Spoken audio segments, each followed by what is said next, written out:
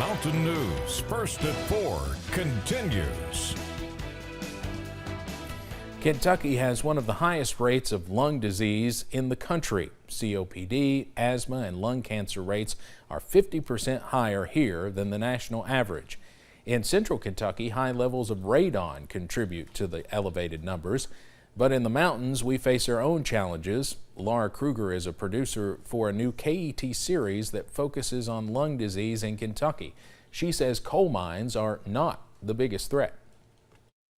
The main issue that they found with the air quality in eastern Kentucky was living close to a road, and then living in a holler, living close to the road. There's a potential for the air to get trapped.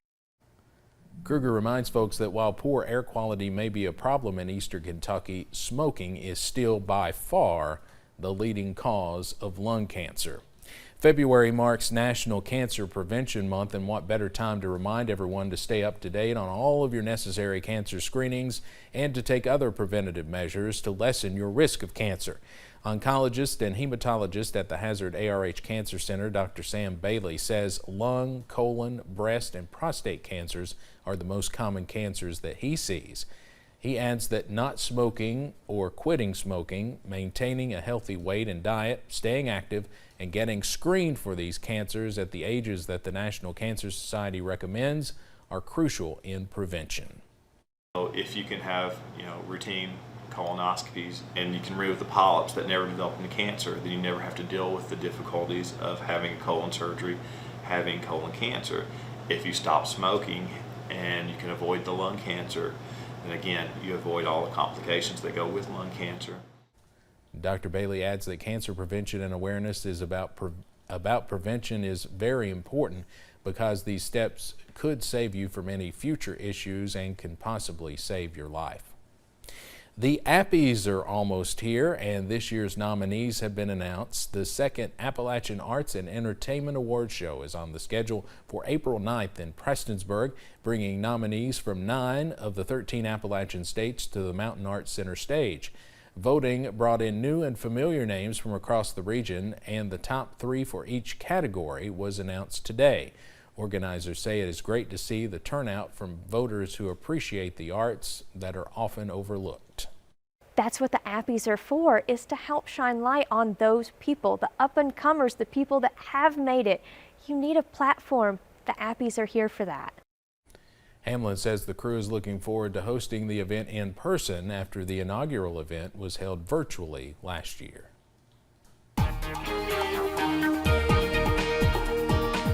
Well, quite simply, a gorgeous afternoon in progress around the mountains today. Plenty of blue sky and even mild temperatures. We're well above normal for daytime highs today, into the 60s. Outside right now, you see our Buffalo Mountain camera where we sit at 61, not a cloud in sight as that sun slowly sets down toward the horizon.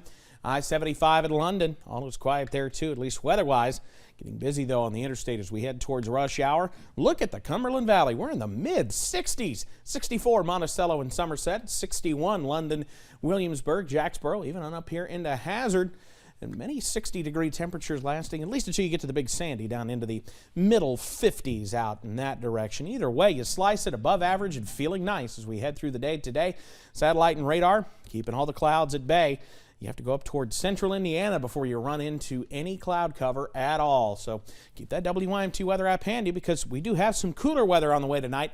Not necessarily Arctic chill, but it will be on the cooler side. I'll have the details on when we could see some more warm weather head our way coming up in just a few minutes. Steve? Evan, thank you. During the past few months, we've told you the stories of people who say they were falsely arrested, even put in jail after Hertz filed police reports claiming wrongly that their rental cars had been stolen. We estimate, based on the company's figures, that Hertz files an average of 3,500 stolen car reports each year. Now we have the story of one of those Hertz customers who is sitting in jail right now. CBS's Anna Werner spoke with him. This is the most horrific experience of my life.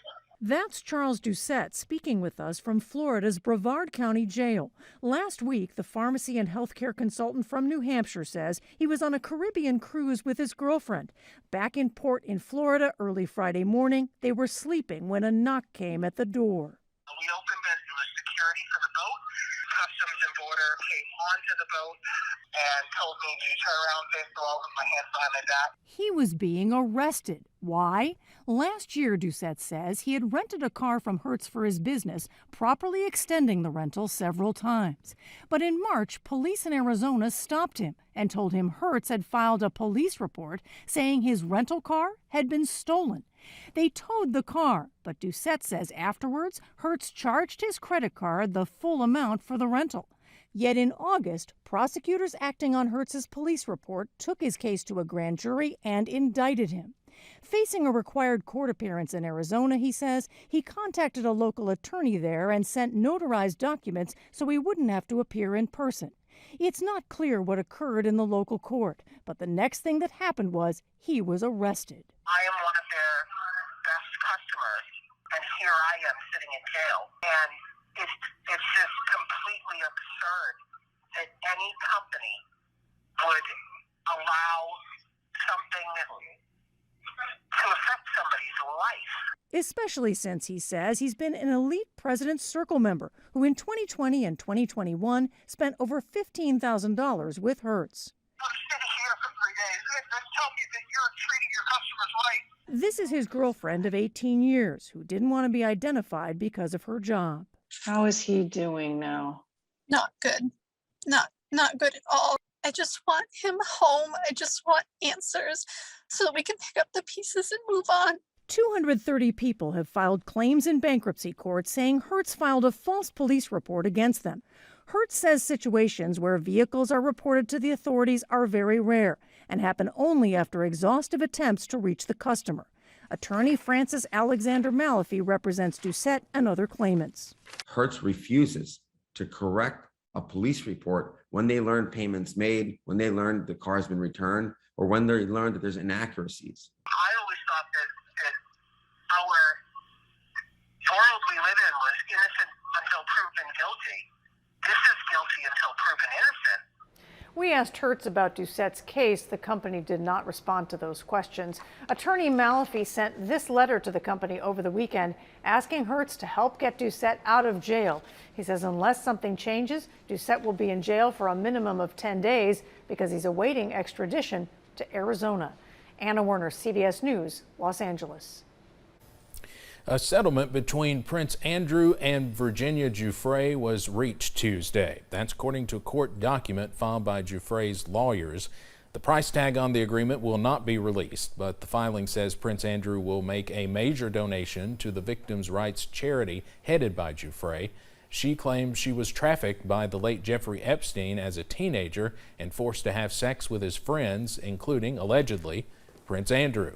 The Duke of York has repeatedly denied the allegations. A letter sent to federal Judge Lewis Kaplan states the parties plan to file a stipulation of dismissal of the case within 1 month. 9 families of victims of the Sandy Hook Elementary School mass shooting reached a $73 million settlement in their wrongful death lawsuit against Remington and its insurers. The firearms company made the Bushmaster AR-15 style rifle used in the 2012 shooting that killed 20 kids and 6 adults in Newtown, Connecticut. A 2005 federal law protects many gun makers from wrongful death lawsuits brought by family members, but attorneys for the Sandy Hook families pushed a different approach by trying to hold the company partly responsible because of its marketing strategy. Coming up on First at 4, a company in Taiwan says it's found a solution for the mountains of pandemic waste by turning recycled surgical masks into cell phone chargers.